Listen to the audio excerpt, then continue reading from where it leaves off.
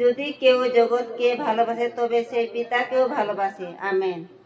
রানী ইলামিত্রের বহু স্মৃতি বিজড়িত এই জায়গাটিতে আপনার নাচলের রানী নামে একটি এখানে করতো, অর্থাৎ বরগাছাসী। অনেকে বলছে বরগাছাসী কি হয়, যারা আধি পুরাণ করতো এরকম কাছে বরগাছাসী। এটা খুব উচ্চ বাংলা, মানে কড়া বাংলা। এক কথা যারা আধি পুরাণ করতো এদের ছিল। আপনারা এই কি জন্য আসেন না আমি জানি না, কিন্তু আমার দাবি আপনারা সামনে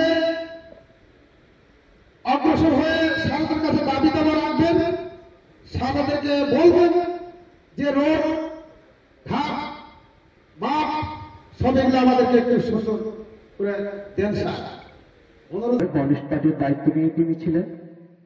সেই জায়গা থেকে আমরা যদি বলি যে আমরা ইতিহাসে অনেক গল্প শুনেছি, এখানকার যেটা হলো নির্যাতনের প্রথম শহীদ যেটা হয়েছিলেন সাঁওতালদের মধ্যে, সেটা ছিলেন হরেক বা হরকা মাঝি নাম। আমরা এই তেভাগ আন্দোলন নাচলে একজনের মৃত্যুর তথ্য পাই, মানে অন দ্য স্পট, এই লাউতারাতে যিনি মারা গেছেন।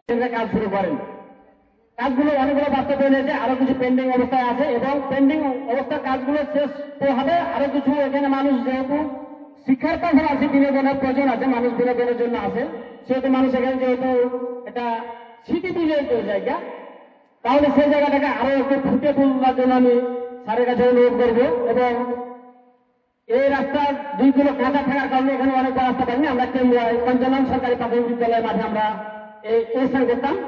হিয়ারিং করে দেওয়ার কারণে আমরা এখানে বসতে পারছি, তবে হিয়ারিংটা অনেক অচল হয়ে গেছে, যেটা মানে কাঁচা রাস্তা যেটা মানে অচল হয়েছে, কিন্তু আসলে কাদা হচ্ছে না, কাদা পানি হলে আমরা এখানে আসতে পারছি। তবে স্যারের মাধ্যমে আমরা অনুরোধ রাখবো যে সেই রাস্তাটুকু যেন পাকাকরণ করার দাবি রাখছি।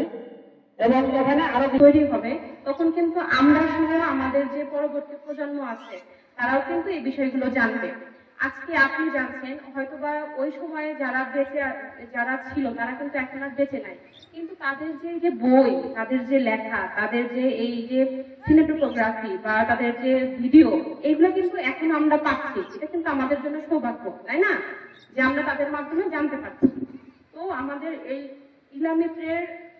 আমাদের রানীমা বা ইলামিত্র বা নাচলের রানী ইলামিত্রের সম্মানে আজকের এই আয়োজনটা সবার থেকে সবার অংশগ্রহণের মাধ্যমে আরো বেশি সুন্দর এবং গিয়ে সফলভাবে হয়েছে। এই জন্য আপনাদের সকলকে অসংখ্য ধন্যবাদ এবং কৃতজ্ঞতা জ্ঞাপন করছি উপজেলা প্রশাসনের পক্ষ থেকে। সেই সাথে